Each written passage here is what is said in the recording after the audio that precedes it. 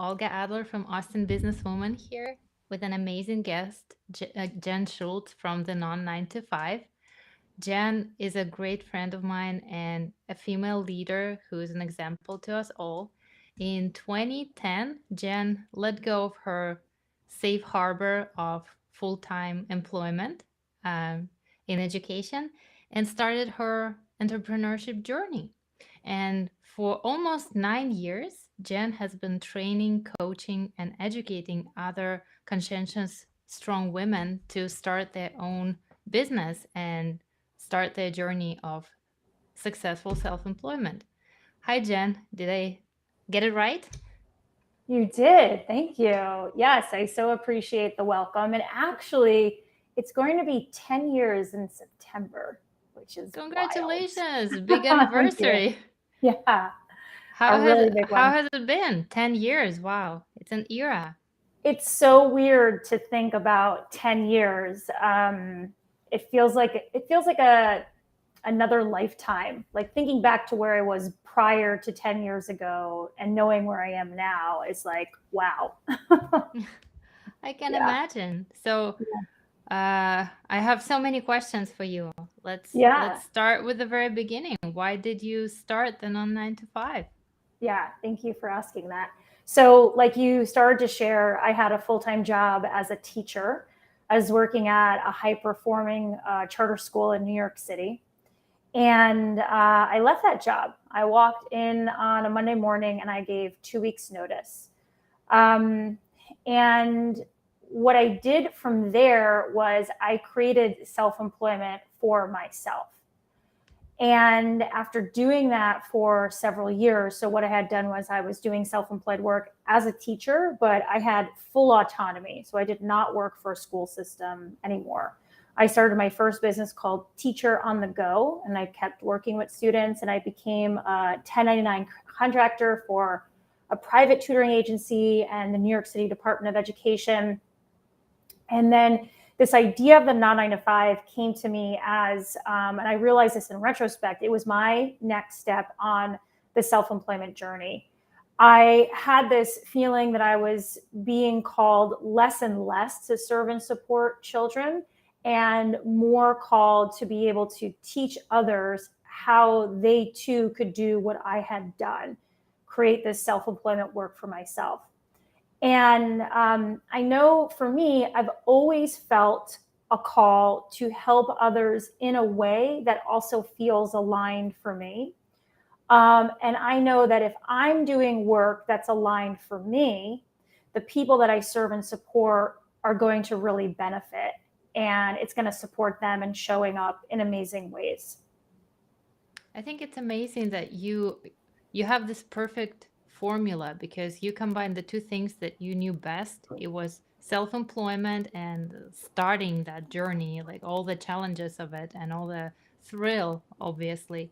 And then you knew education. So Yeah. it's the two powerful components that I think any business consultant or coach should have, especially when you work with children. You're prepared for any kind of unexpected surprises. Well, that's actually a really good point because, I love children and I loved working with children. And you never knew what would happen working with a child. And, look, as adults, we can all act like children from time to time. I know that I am Definitely. guilty of that as well. And, I think it's perhaps worth sharing. I don't have an MBA, I don't have a formal business degree or education, but I do have that education background. And I do have that strong desire to make a difference in the lives of others and that strong desire to do work that aligns for me. And I think that is a pretty good formula. Yeah, I totally agree. And you mentioned that you help women mainly to be on that journey. Are there any other criterias for people to join with you? What's the kind of demographic or Yeah. um, So it's interesting you share that because recently I have been shifting in just focusing on women to really opening it up to it doesn't matter what gender you are or mhm. what gender you identify with. And I use words like feeling and calling. And I consider myself a spiritual person. Personally, I've been on a journey now for a little bit over 2 years of opening up to Christianity. And I share that because when something speaks through me and says, this is the next direction for you, I start listening. So whatever gender you are, whatever gender you identify with, you are welcome. But some of the characteristics and traits of those that I work with, I use the word, and you shared this earlier, conscientious. So you are a self-aware person. You're a mindful person. And not everyone will fully resonate with that.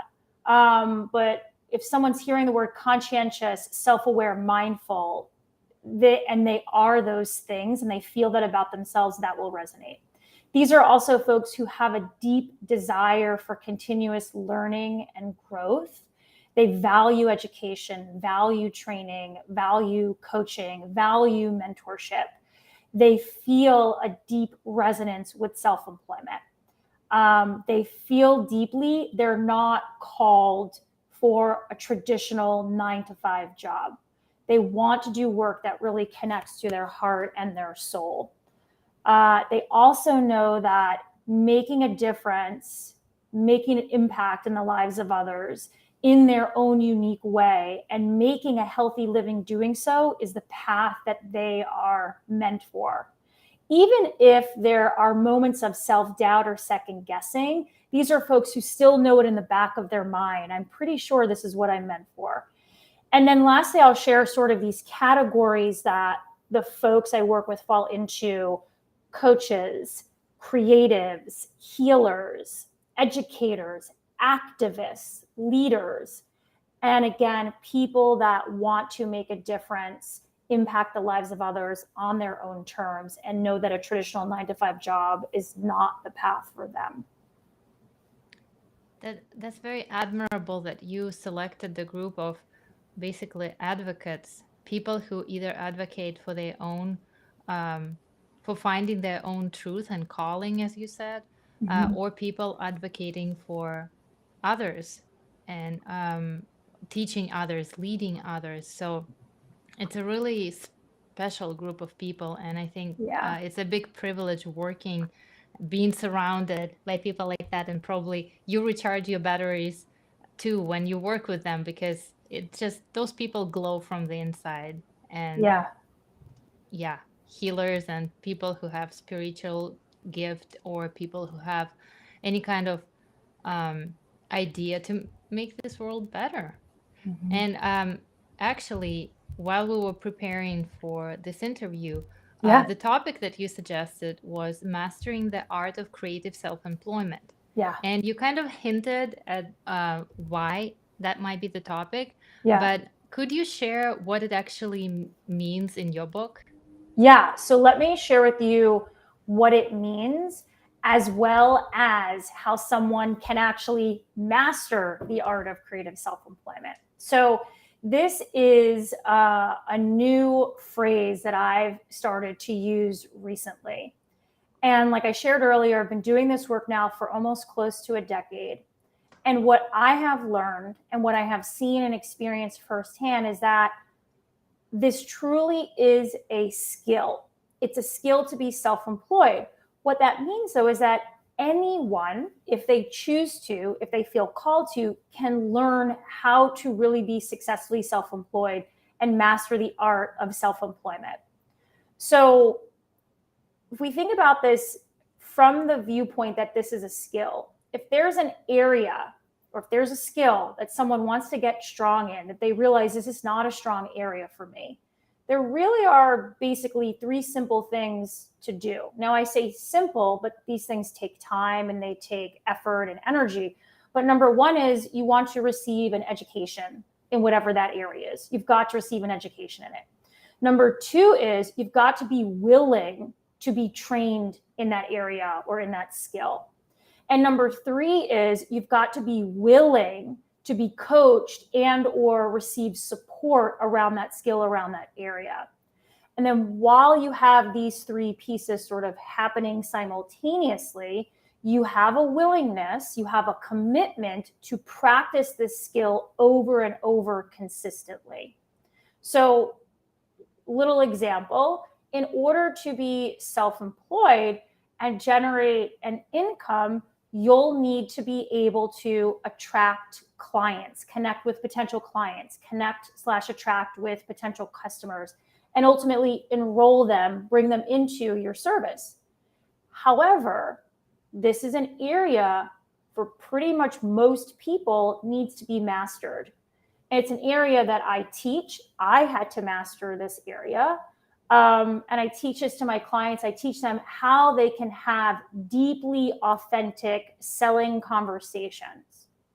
And again, it doesn't come natural to most people. It sure as heck didn't come natural to me. It can feel really, really scary to have a sales conversation with someone. I had a speaking engagement, a virtual speaking engagement yesterday evening, and someone that was an attendant said to me, I'm afraid I'm going to sound too salesy or too pitchy. And as we explored that, he said, and I asked a couple of questions, and he had shared with me, I feel like I might come across as like a sleazy car salesman. And we all probably know that image, especially those of us that are a little bit older, maybe. I don't know, times have changed perhaps. But like there's this image, you can see this picture of this person that's just trying to, in a slimy way, get you to buy a car. But if you're doing work that you know will make a difference in the lives of others, you don't want to be salesy. Chances are you're not going to be, but there is an art form to it. There is a way to master it so you can show up feeling confident, really listen to the other person and what it is that they're struggling with and what they need, and then easily share with them why your service will make a difference and bring them into the work that you're doing. Exactly. I could, put my signature under every word you said. Just that's exactly it. A lot of people have this misconception that people who work in sales are salesy. People who work in sales are loud, obnoxious, Yeah, aggressive, pushy, and all those not like things that we don't want to be known by. And those are not good salespeople. That's why they stand out. That's why we notice them, because they are yeah, out of ordinary. They didn't understand the assignment, let's say it in yeah, modern terms. Because people who are really truly successful in sales, as you mentioned, they know that they're gonna help people. They know that they're gonna help them find that pain point, and mm-hmm. they truly believe in their product or service. Because if they don't, they're probably doing a bad job. They shouldn't be there. But Yeah, if they believe that their product or service can fix the situation or cover that gap, or just make the day or the work day of that person a little bit better, then of course sales is a way to help people, not to aggressively fool them or trick them into buying something they don't need, yeah, especially in the era of customer service now. People will mm-hmm. return your product. They will complain about your service. They will leave you a bad testimonial. So we're not in the era of, salesy car salesmen and women. I Mm-hmm. didn't want to exclude them. Anyone who's trying to sell a car. Yeah. There was something that I wanted to add to what you were sharing too, is that I think for a very, very long time, you were deemed good in sales if you sort of barreled over what the person was actually saying to you, meaning listening and allowing there to be space on a selling conversation to really listen to what that person is sharing. And deep listening is also a skill. Mm-hmm. And we need to deeply listen. We need to allow that other person, that potential client or customer, to feel seen and heard. That's a big thing that people will tell me when I have a sales conversation. They're on the other end and they'll say to me, I feel like you're really listening to me. And I am, because I actually care about what they're saying. And I want to see if what I do is a match for them and can actually help them. Yeah, that's very powerful. And I agree. Active listening and intentional listening is a very important skill for any profession. I guess it's not only in sales, but just people want to be heard. People gonna want to amplify their voices, but sometimes we forget that apart from our voices, there are other people's voices, and we need to listen as much as we want to be heard. So Yes.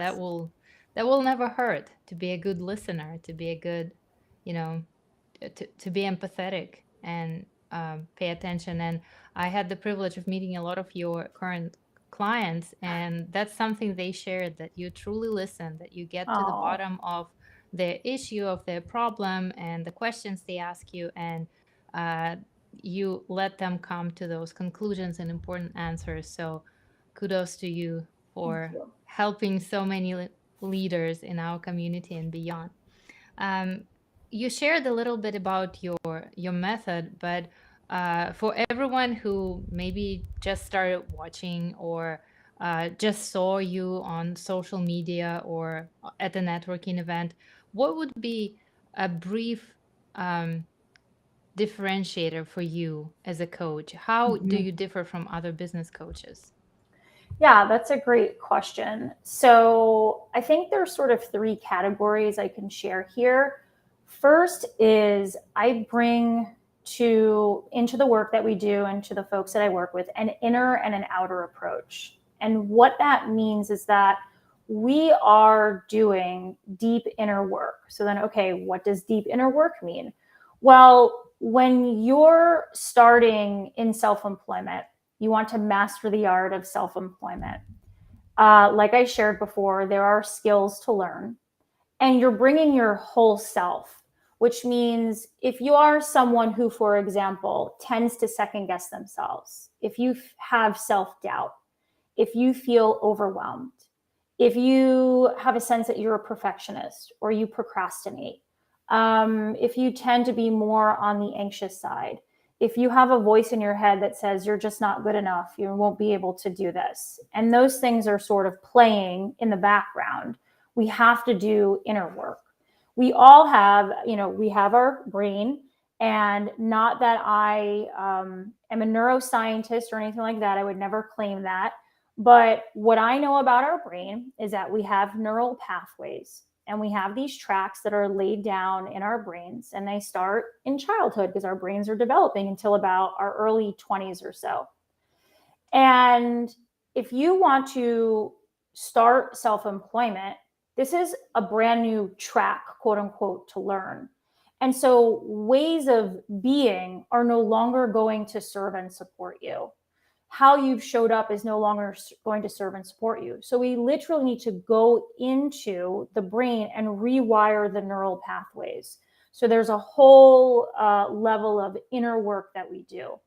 And then the outer approach, the outer work, those are those more hard skills, if you will. And I mentioned already, like learning how to have a sales conversation, learning how to market in a way that makes sense for you, that feels good for you, learning how to create a message that you can clearly share with other people, learning how to create systems and processes, how to follow up, how to reach out, how to manage your time. So inner and then outer.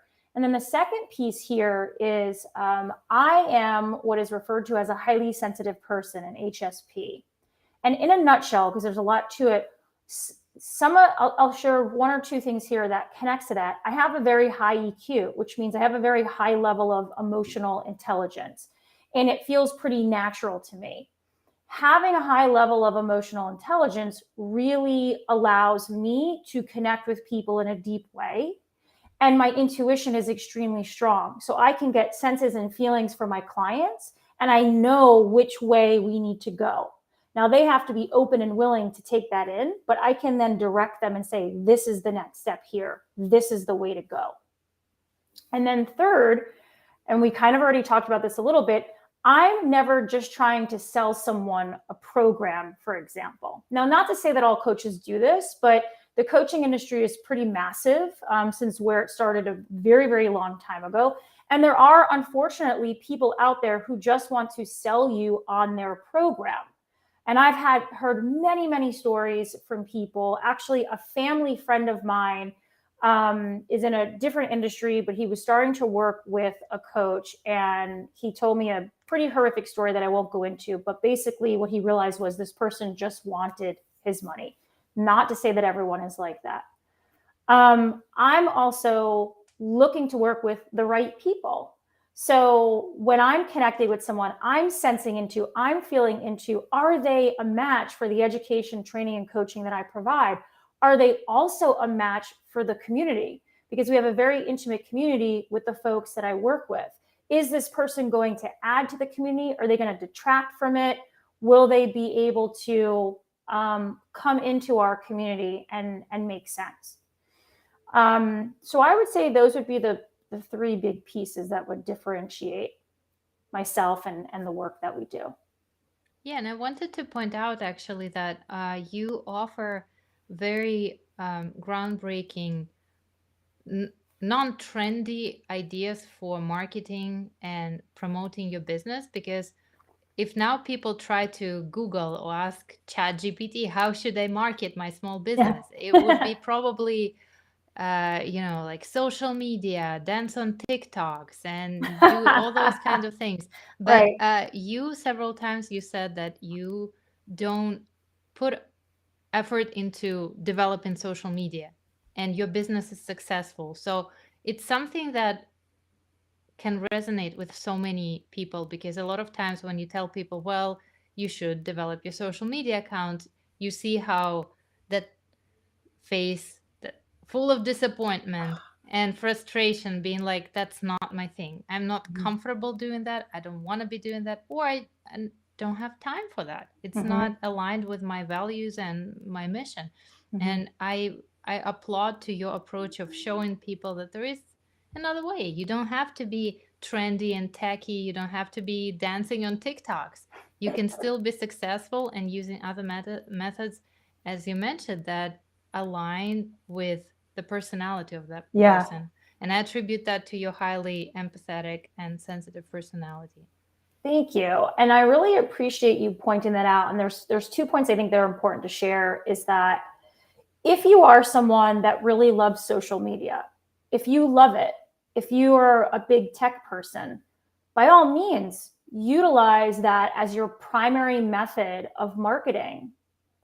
However, if you're not, I think it's a big misnomer that just because we have social media, you're supposed to do it that way. Because I do meet tons of people who say, I don't really care for social media.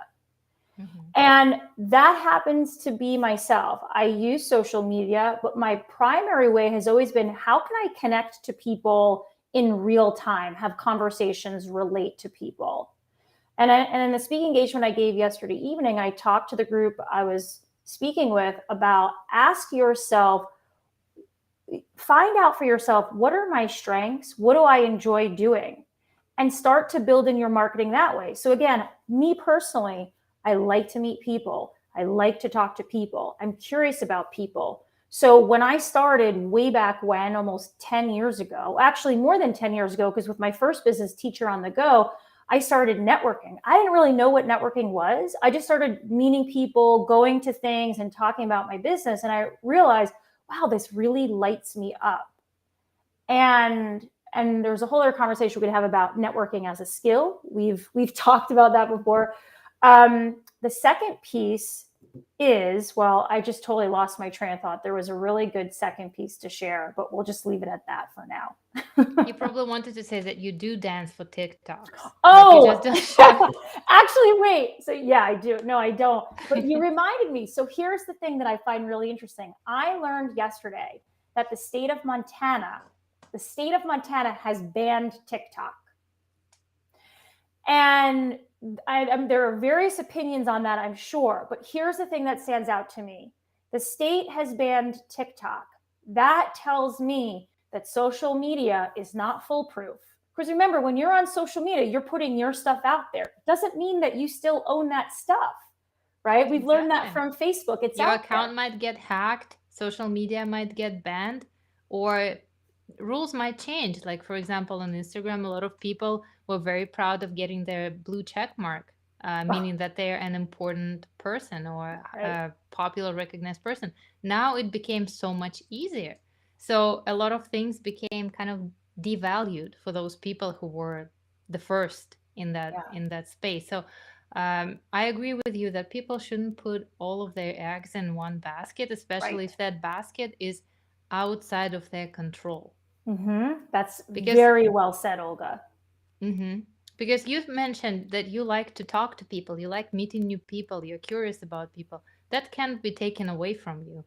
That's Even right. if we Yep. remain without power, if we have another freeze in Texas or something like this, you're not gonna lose the skill of connecting with your audience. While if you rely on digital skills, well, it's a little risky. Right. Yep. Well said. And you mentioned that having to be on social media is a misnomer for um, the right thing to do for your business. What other fallacies or, let's say, misconceptions would you like to address in terms of self-employment? Yeah. So I really appreciate this, and I thought about this. There's one I think that's important to address that I sense that when people are starting to move into this space or think about it, there is definitely a misconception that they can have, and it's this.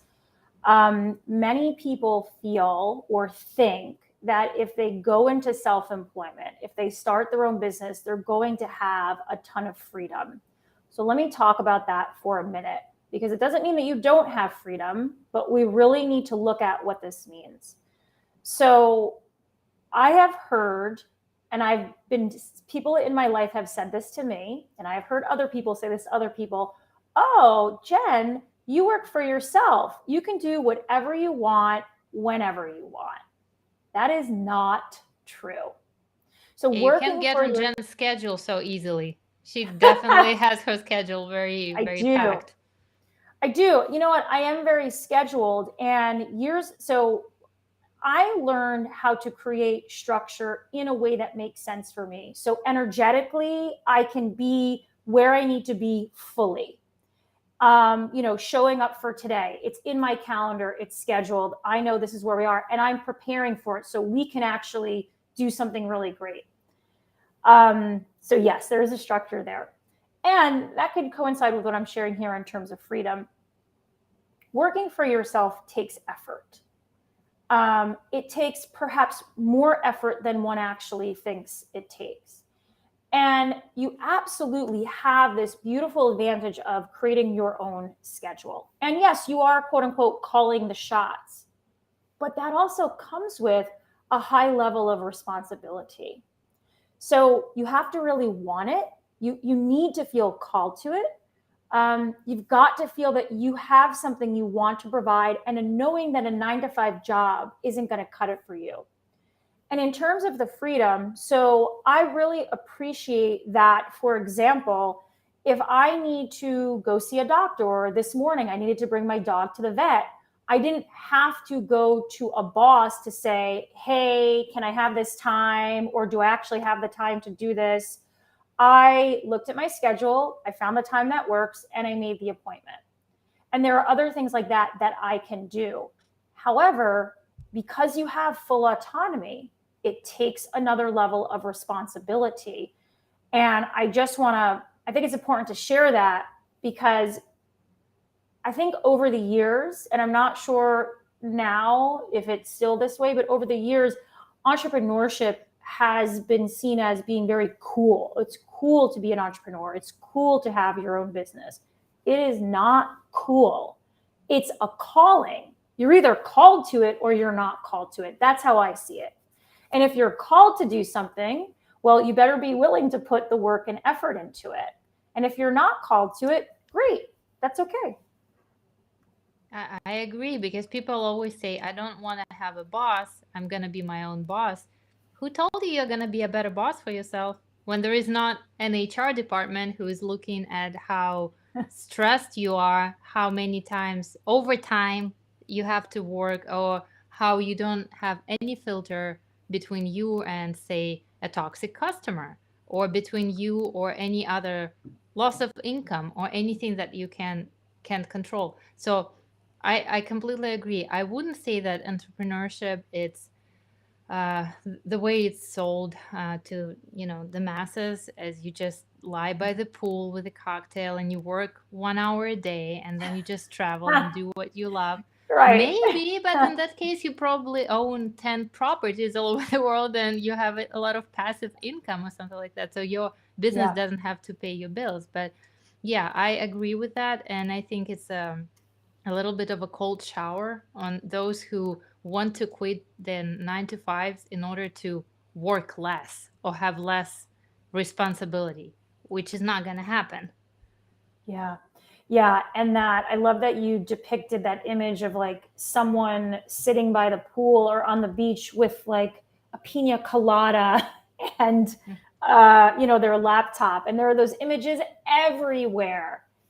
And yes, that's a possibility too.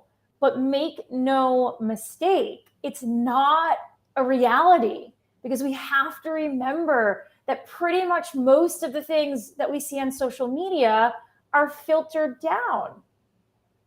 Yeah. You'll never know what someone is experiencing on the other side of that screen unless you're having a conversation with them or you're getting to know them or they're sharing with you. So I feel that it's important that we point that out. And I love those images of like, here's my laptop and I'm so happy and I'm typing away. Yeah, I was always like, what's the job you're doing? Like, I don't know.